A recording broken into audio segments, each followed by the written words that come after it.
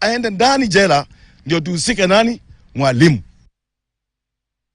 Nayo mashirika ya kiraia kutoka nchi za kusini magharibi ya bahari Hindi yamehimiza serikali zao kutekeleza ipasavyo sera zilizopo za uvuvi ili kudhibiti uvuvi haramu usioripotiwa na usiodhibitiwa ambao pia umekuwa changamoto kubwa inayokwamisha maendeleo ya kiuchumi na rasilimali za majini.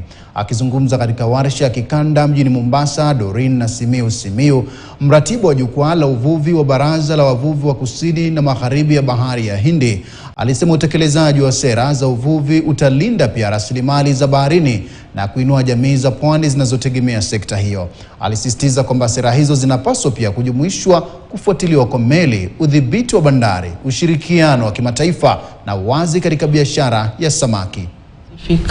Articles, because we believe that implementing such policies will help our country to curb what we call illegal, unregulated and unreported fishing. If our countries implement the minimum terms and conditions, we know that as a country we'll enjoy the benefits of sustainable blue economy. In terms of issues of IUU fishing, we have been able to lobby the government to adopt a national plan of action on IUU fishing, and it's in its final stages. There's still a lot of potential to fund fisheries from the private sector, and then also on our end, the NGOs and the CSOs to support the local communities to be able to now fit the right level of investment that is required in fisheries. We are also quite confident in reporting that from the region, the engagement with IOTC and other regional bodies like SOIOFC and SADC MCSCC have been increased over the course of time.